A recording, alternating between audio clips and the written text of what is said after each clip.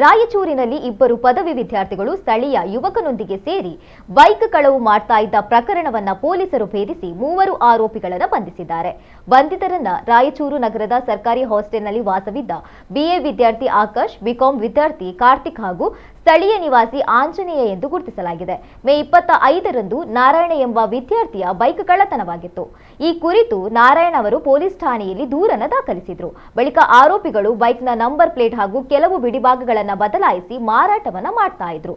ಕೆಲವು ದಿನಗಳ ನಂತರ ನಾರಾಯಣ ಅವರ ಮೊಬೈಲ್ಗೆ ಸ್ನೇಹಿತರ ಮೂಲಕ ಸೆಕೆಂಡ್ ಹ್ಯಾಂಡ್ ಬೈಕ್ ಮಾರಾಟಕ್ಕಿದೆ ಎಂಬ ಜಾಹೀರಾತಿನ ಫೋಟೋ ಬಂದಿದೆ. ಫೋಟೋವನ್ನ ಸೂಕ್ಷ್ಮವಾಗಿ ಪರಿಶೀಲಿಸಿದ ನಾರಾಯಣ ಮಾರ್ಪಾಡು ಮಾಡಲಾಗಿದ್ದ ಬೈಕ್ ತನ್ನದೇ ಎಂದು ಖಚಿತಪಡಿಸಿಕೊಂಡು ತಕ್ಷಣ ಪೊಲೀಸರಿಗೆ ಮಾಹಿತಿಯನ್ನ ನೀಡಿದ್ದಾರೆ. ಮಾಹಿತಿ ಪಡೆದ ಪೊಲೀಸರು ವಿಶೇಷ ತಂಡವನ್ನ ರಚಿಸಿ ಆರೋಪಿಗಳನ್ನು ಬಂಧಿಸಿದ್ದಾರೆ. ವಿಚಾರಣೆಯ ವೇಳೆ ರಾಯಚೂರು ಸುತ್ತಮುತ್ತಲಿನ ಜಿಲ್ಲೆಗಳು ಹಾಗೂ ನೆರೆಯ ತೆಲಂಗಾಣ ರಾಜ್ಯದಲ್ಲಿಯೂ ಬೈಕ್ಗಳನ್ನು ಕಳವು ಮಾಡಿ ಮಾರಾಟ ಮಾಡಿರುವುದು ಬೆಳಕಿಗೆ ಬಂದಿದೆ. ಆರೋಪಿಗಳಿಂದ 15 ದ್ವಿಚಕ್ರ ವಾಹನಗಳನ್ನು ವಶಪಡಿಸಿಕೊಳ್ಳಲಾಗಿದ್ದು ಅವರ ವಿರುದ್ಧ ಕಾನೂನು ಕ್ರಮ ಜರುಗಿಸಲಾಗಿದೆ.